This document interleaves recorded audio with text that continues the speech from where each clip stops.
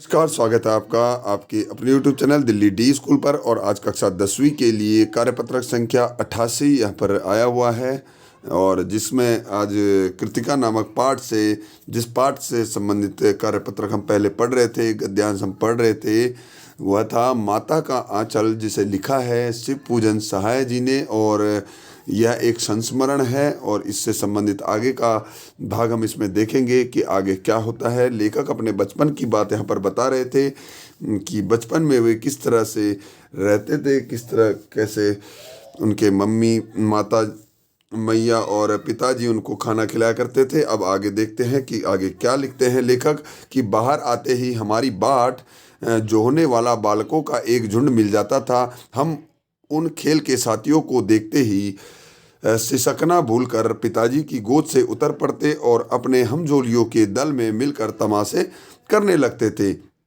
तमाशे भी ऐसे वैसे नहीं, तरह तरह के नाटक। चबूतरे का एक कोना ही नाटक घर बनता था। बाबूजी जिस छोटी चौकी पर बैठकर नहाते थे, वहीं रंगमंच बनती।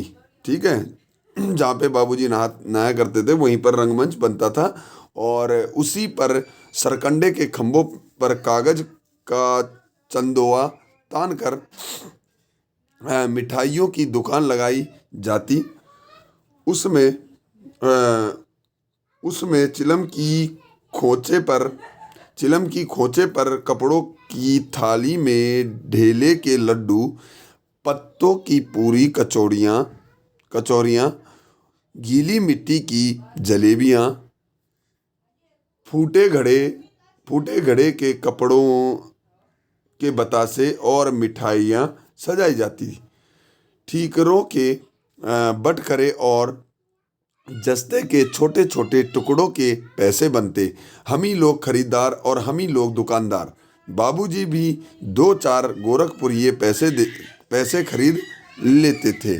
तो यहाँ पर ये बचपन के जो खेलों के बारे में बताया गया है कि बचपन के जो खेल थे वो किस तरह के खेल खेला करते थे कि वे दुकानदार भी बनते थे खुद ही, और खुद ही खरीदार भी बनते थे। मिठाइयों की दुकान सजाया करते थे, और मिठाइयों में कौन कौन सी चीज़ें थी देखिए, आप देखा होगा कि यहाँ पर लड्डू हो गए, है ना, कचौरियाँ हो गई, पूरियाँ हो गई, गीली ये जो जलेबियाँ हो गई, बतासे हो गए, और किस किस तरह से ये सजाया करते थे।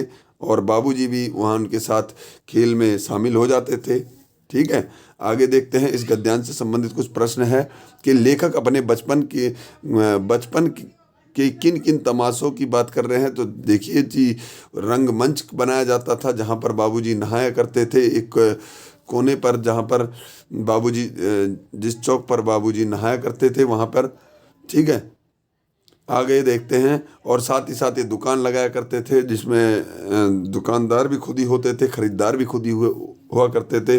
आगे देखते, प्रश्न नंबर 2 है कि अपने हम जोलियों को देखकर बालक भोलानाथ क्या करना भूल जाता था। तो देखिए, सिसकना भूल जाता था, सिसकना। ठीक है, और एकदम बाबूजी की गोद से उतर जाता था। रंगमंच और नाटक विधा से आप क्या समझते हैं?